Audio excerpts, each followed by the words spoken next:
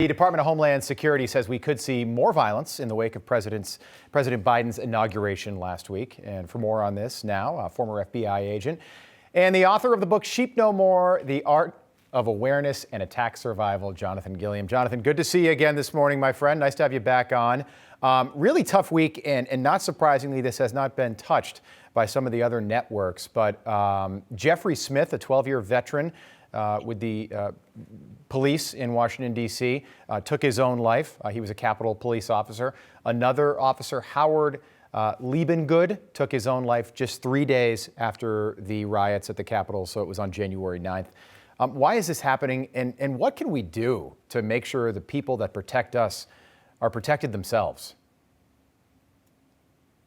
Well, I can tell you, for one thing, that these two officers that took their lives, it has nothing to do with what happened on January 6th. I think that narrative that is being spun up by AOC and people from other networks is ridiculous, because the reality here is somebody who takes their life, there's a much more deep-seated issues going on there, and law enforcement by and large has a much greater suicide rate than the normal civilian public, and most people don't realize that.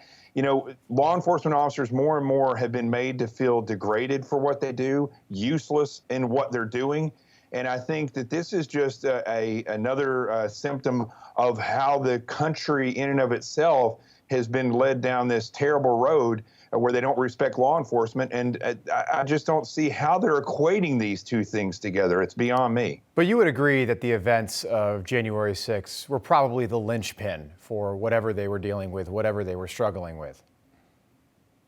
I have no idea. I mean, look, I have a degree in psychology, and the one thing I can tell you is that, well, I have a degree in psychology and political science. Two things I can tell you is that I don't know what's going on in the mind of somebody who kills themselves, and politicians will always use something to make themselves sound important.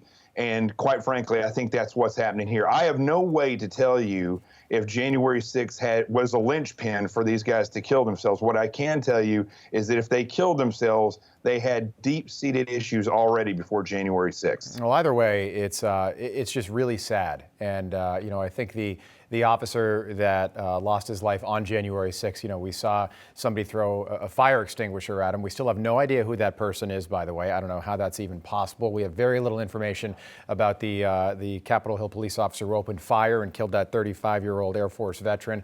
You know, that in itself, we're 3 weeks and 2 days removed from the events of January 6th, and that is surprising to me. But I think just to hear that two more officers have taken their lives after this happened, I mean, that raises some serious questions, and it just, you know, your heart goes out to these people, but you want to know why, and then what we can do. We ask it every time and nothing ever happens, then the news cycle moves on.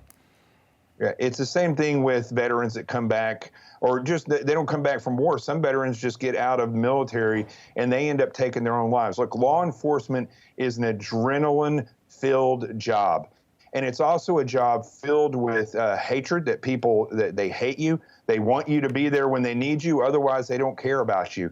And we have an epidemic of law enforcement suicide in this nation. That is what should be looked at. What should also be looked at, though, is the fact that these types of narratives are being used and spun up through the media in order to equate these tragedies with something that happened on a certain date where a riot occurred, or a protest that turned into a riot. And I tell you, from a law enforcement perspective, the way this is being spun up is the same thing as we see with supposed white national Christians now they're saying that are threatening the government. I talked to FBI agents yesterday. Hey, Jonathan, quick question. The Oath Keepers the day before. Nothing came out about that. No, stuff. You're right. We're a little tight on time, but I wanted to ask you about this. A day ago, members of the Oath Keepers militia were indicted on charges that they conspired to storm the Capitol. My question, how can you impeach a president for inciting that riot when people are now being indicted on charges of conspiring well beforehand on Facebook to get together and do what they did 3 weeks ago? Right. First of all, the Oath Keepers are pretty much a group. It's a paper tiger of people who love this nation and who try to make their lives safer by coming together. Because there were certain people who are gear hungry and are glory hounds and hero worshipers showed up and did what they did. They wanted to do that long before the president said come to D.C. on January 6th. I didn't agree with the president telling people to come there, but the fact is these people showed up with an agenda